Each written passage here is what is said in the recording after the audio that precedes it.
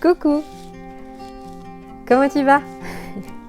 Je te retrouve un peu tardivement cette semaine parce que le début de semaine j'ai eu une allergie à une piqûre d'insecte sur l'œil et du coup j'ai dû prendre des médicaments qui m'ont un peu rendu capoute.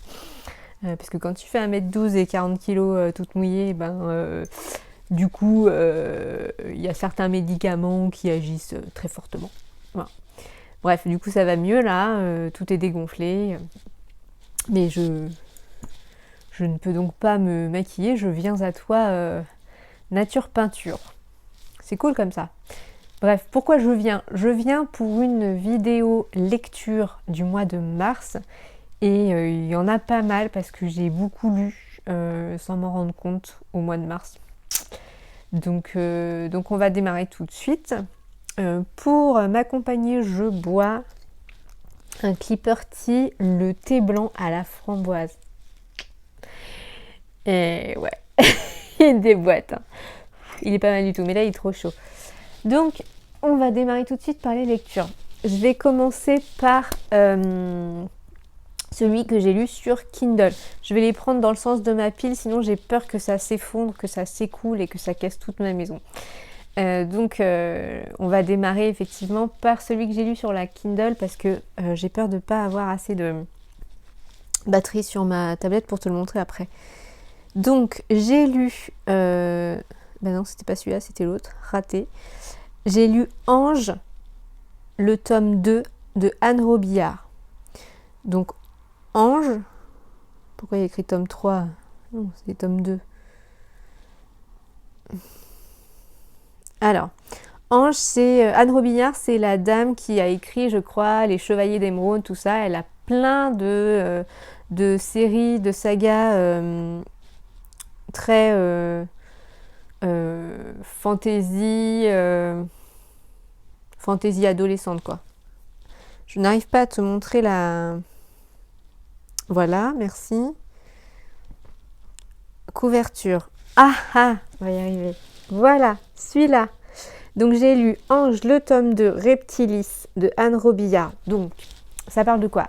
Ça parle d'une association secrète qui a lieu dans le monde entier et qui est là pour déjouer les complots ésotériques, mystiques dans le monde entier. Donc le premier tome était sur l'Antéchrist, je crois. Le deuxième tome est sur les reptiliens.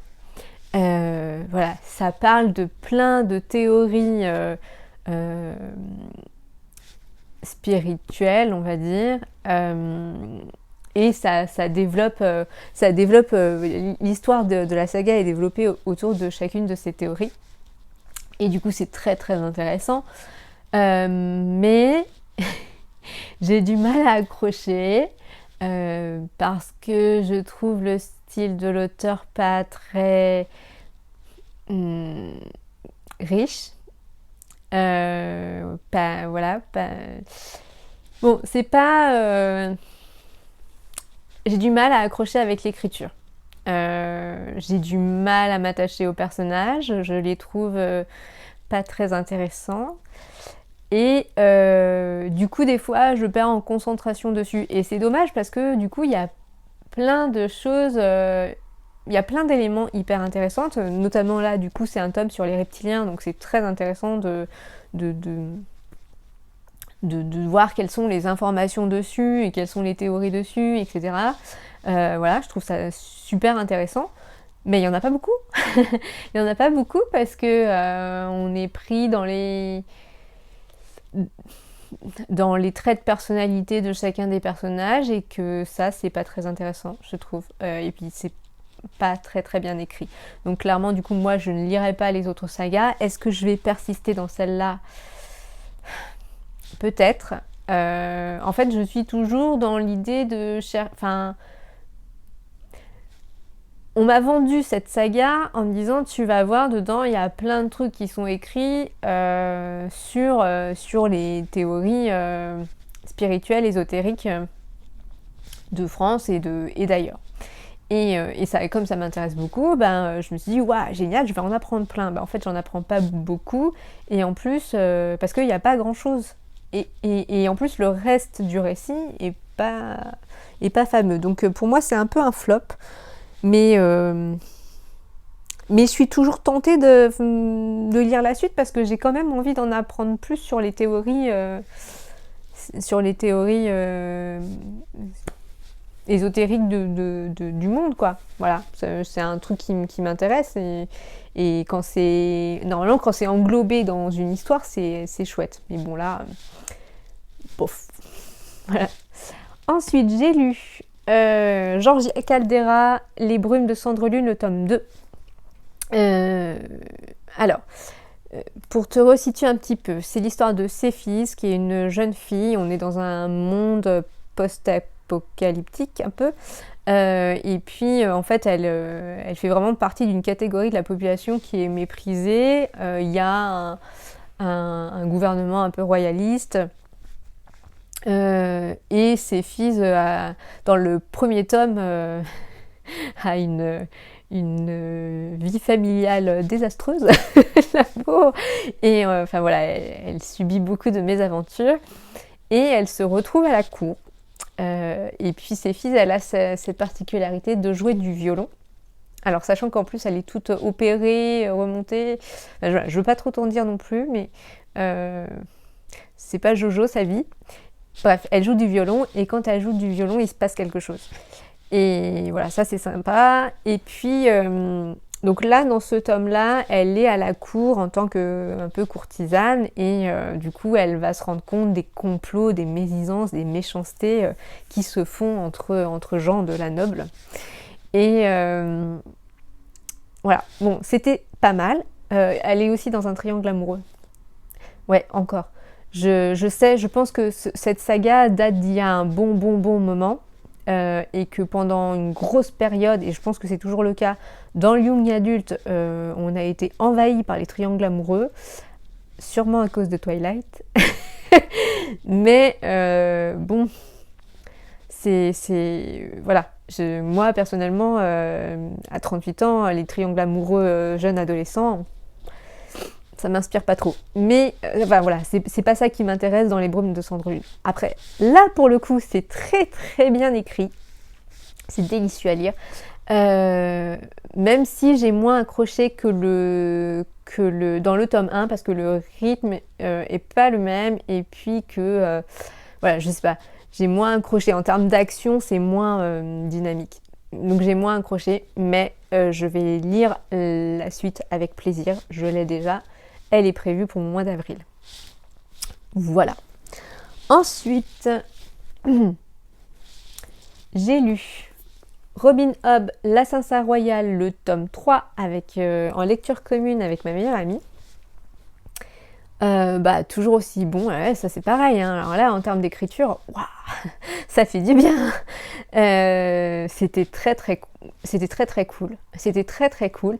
Après, je l'ai terminé très très très tard le soir. Non, même très très très tôt le matin plutôt. Sur une nuit, et du coup je crois que j'étais très très fatiguée, mais comme il me restait vraiment peu de pages, il me restait une vingtaine, j'ai un peu lu de traviole, et le lendemain quand j'en ai parlé avec ma mère, elle me dit mais t'as rien compris, t'as pas lu la fin ou quoi? Et en fait oui, j'avais lu trop rapidement en fait. J'avais compris le gros du truc, mais j'avais loupé un détail très important. Mais voilà, toujours un régal de retrouver Fitz, et puis Vérité. Molly, même si son histoire avec Molly me brise un peu le cœur. Je trouve ça un peu dur. Voilà, je vais lire le tome 4 en avril, et ça c'est pareil, ce sera un régal à retrouver. Ensuite, alors, on va passer à un manga. Je t'ai dit, je fais dans le sens de la pile, hein, pas par catégorie. Donc, j'ai lu Autour d'elle le tome 3. C'est le dernier tome que j'ai en ma possession. Et je reste pas fan. C'était mieux que le premier tome, par exemple, mais je reste pas très très fan. Je n'achèterai pas la suite, et je ne lirai pas la suite, parce que j'ai pas tant accroché de ça. voilà, les dessins de la couverture sont mignonnes, mais après le reste... Non, ouais, vraiment sans plus. C'est un poil mélodramatique et c'est pas forcément... c'est pas du tout ce à quoi je m'attendais. Je sais pas pourquoi... En fait, je m'attendais à l'histoire au quotidien d'une mère célibataire ou de deux mamans avec leur enfant, et en fait, pas du tout. On est même plutôt dans de l'histoire d'amour, et voilà. Du coup, ça m'intéresse pas beaucoup. Je m'arrête là pour Autour d'elle. C'était de Chino Torino aux éditions Akata. Ensuite, j'ai lu un livre magique. J'ai lu le tome 2 de Sorcière verte de Anne Moura. Ouais, Anne Moura. Voilà, c'est l'une de mes autrices de magie ésotérique Wicca, du coup, préférées. Je t'en parle pas trop parce que je te ferai certainement une lecture sur mes livres de magie favoris, si ça t'intéresse. Ensuite, alors je veux juste t'expliquer que du coup, Sorcière verte, le tome 2, c'est le tome 2 parce que du coup il y a 4 tomes.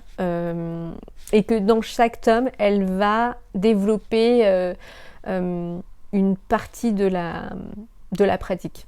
Voilà. Ensuite, j'ai lu un livre, je l'ai lu hier, pile poil. Hein. Je l'ai reçu hier, je l'ai commandé. C'est le livre de Dorothy Convention et illustré par By Lady Fox. Ça s'appelle Les petits rituels de Cléa. C'est un livre auto-édité. Voilà. Et Lady Fox, c'est une illustratrice que je suis sur Instagram. Et j'ai craqué. Donc ce livre est en vente sur leur boutique Etsy. Et en fait, on va suivre Cléa, qui est une jeune fille et qui est parisienne et du coup qui est accro au thé, qui adore le thé et qui a plein de petits rituels autour de sa dégustation de thé et qui va vous emmener vous promener dans Paris et vous raconter un petit peu les petits moments de bonheur qu'elle a autour du thé et dans certains endroits. Et c'est super poétique, c'est très doux, c'est très joli. Et on va traverser les saisons. Donc à chaque saison, vous allez découvrir un lieu dans Paris et un petit rituel. Il y a même une petite recette. J'adore ce genre de lecture. Je trouve ça hyper réconfortant et apaisant. Et ça, c'est bizarre ce que je veux dire, mais ça m'ancre en fait. Ça me raccroche aux petites choses qui sont jolies dans la vie, quoi. Voilà, donc j'ai adoré ce livre. Je vous mettrai son compte Instagram dans la barre d'infos et sa boutique Etsy dans la barre d'infos si vous souhaitez. Il y a également un autre livre. J'ai oublié le prénom de la jeune fille, c'est aussi Les petits rituels 2 et c'est autour du livre. Donc clairement, oui, je vais le prendre aussi, pas incessamment sous peu, mais voilà, je pense que courant de l'année prochaine, je me le prendrai. Voilà. Ensuite, alors ça remonte aussi, ça remonte pas mal de temps. J'ai lu Un bûcher sous la neige de Suzanne Fletcher. J'en avais entendu parler sur la chaîne de Margot Liseuse et j'ai adoré. Je crois qu'on en a déjà parlé en vlog, peut-être. Alors du coup, comme c'est très très loin, voilà. C'est l'histoire de Corag, qui est une jeune fille. On est en 1690 en Écosse et elle est accusée de sorcellerie. Ouais, elle est accusée de sorcellerie et donc on a le discours de le prêtre ou c'est un évêque du religieux qui va l'arrêter, qui écrit à son épouse, et on a son point de vue à elle quand elle lui raconte son histoire. Donc Corag, elle vient de... Sa mère était sorcière aussi, et sa mère était très libre, très indépendante, très sauvage. Donc Voilà, je me souviens que j'ai adoré cette lecture et que je lirai d'autres livres de Suzanne Fletcher parce que c'est pareil, son écriture m'a vraiment bien accrochée. Ensuite, alors j'ai lu un livre qui s'appelle, mais ça, ouais, je crois qu'on en a parlé en vlog, Je t'aime un peu beaucoup, hypersensiblement, de Élodie Crépel. Donc Élodie Crépel, elle est très connue pour traiter tout ce qui est hypersensibilité et neurotypie et voilà, et neurotypie. Elle est psychanalyste et médiatrice familiale et je vous en avais un petit peu parlé. Donc ce livre traite de... est-ce que ça marche? Ouais. De votre hypersensibilité et de la façon dont vous allez pouvoir gérer votre... Enfin, gérer, non. Vivre votre vie de couple en étant hypersensible, en étant neurotypique. J'ai trouvé ça super intéressant, très rassurant pour ma part. Ça me rassure quand quelqu'un vient expliquer ce que je ressens, ce que je vis. Voilà, quand c'est écrit noir sur blanc, quelque part ça me rassure. Je me dis, ah, je suis pas folle, ça vient pas de moi. Enfin, si, je suis peut-être folle, mais en tout cas, je suis pas la seule à vivre ça. Voilà. Ensuite, oh, ça je l'ai lu avant-hier. Je l'ai fini hier ou avant-hier. J'ai lu Les Possibles de Virginie Grimaldi. Pff, la claque. La claque. Souvent, je me lance dans un Virginie Grimaldi en me disant allez, petite lecture légère, tranquillou, pépouze. J'étais en larmes. Donc c'est l'histoire de Juliane, qui est maman, mère de famille, elle travaille, elle a son chéri, et puis il y a son papa qui vieillit. Et son papa, en vieillissant, il commence à avoir des troubles de la mémoire, et elle finit par le prendre chez elle. Et voilà, et c'est difficile parce que son papa, c'est une personne qui a toujours été dans la faire rire, dans voir le positif. Et là, c'est à la fois très drôle et très touchant et très bouleversant. Et personnellement, mes parents sont aussi vieillissants et j'y suis assez attachée. Voilà, clairement. Comme dans toutes les familles, on a des hauts et des bas, hein, mais voilà, je tiens beaucoup à mes parents. Et je tiens énormément à mon papa. Ça m'émeut, c'est débile.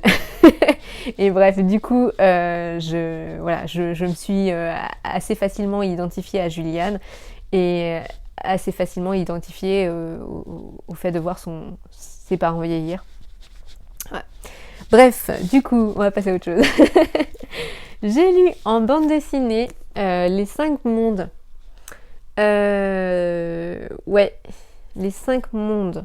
Le guerrier de sable. Ah oui, je me souviens un petit peu. Oui, parce que ça fait un petit moment que je l'ai lu.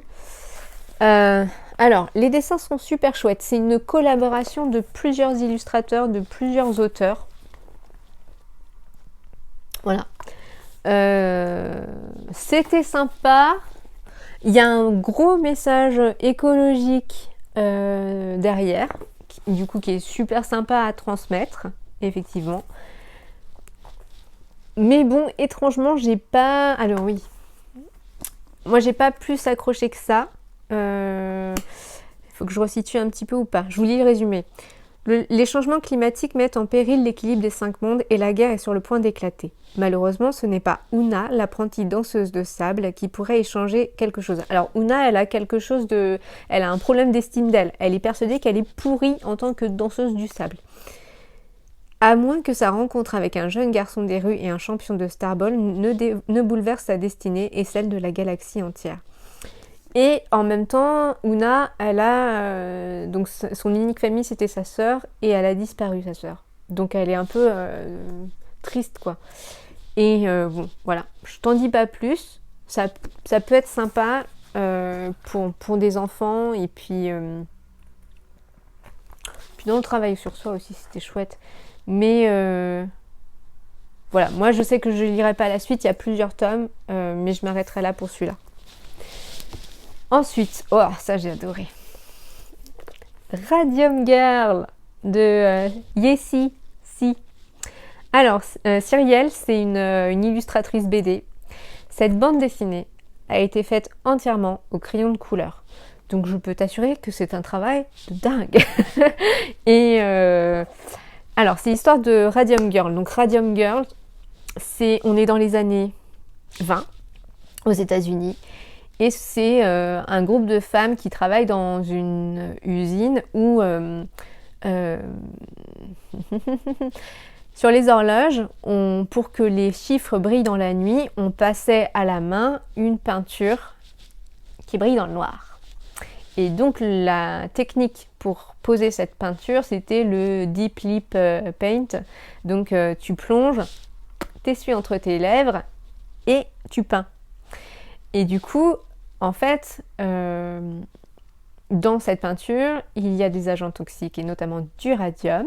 Et d'ailleurs, l'un des premiers symptômes, c'est qu'au bout de 24 heures, les dames se mettent à briller dans le noir. Et voilà. Donc c'est déjà plutôt louche, hein, c'est pas trop normal. Mais l'entreprise continue de leur faire faire et tout. Et puis c'est le carnage. Donc c'est l'histoire de ce combat de femmes, de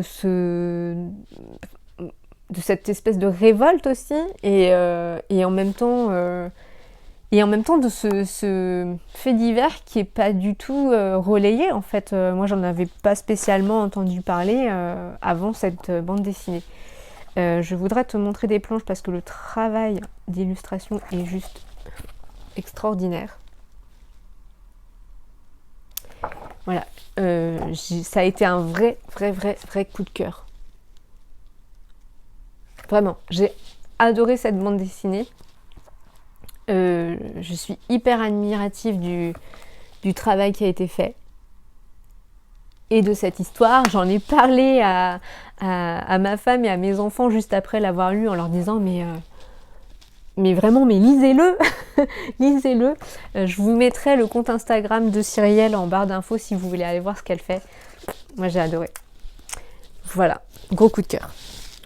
Ensuite, ouais, c'est le dernier. Ça n'aura pas été si long, hein. Pourtant, il y avait une douzaine de livres. Le dernier, c'est aussi une BD que j'ai adorée. C'est Le Prince et la Couturière de Jen Wang et c'est aux éditions Aquileos. J'ai adoré cette bande dessinée. C'est l'histoire d'une petite couturière. Elle, je sais plus comment elle s'appelle. Je sais plus. Frances, voilà. Frances, la petite couturière, elle travaille en usine, mais en fait, elle est super douée.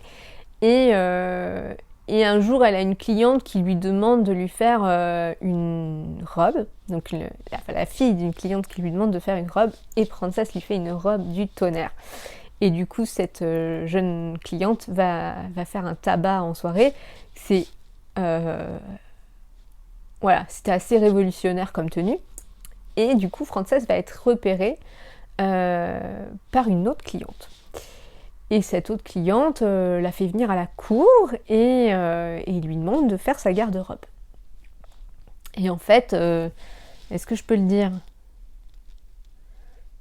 Ouais.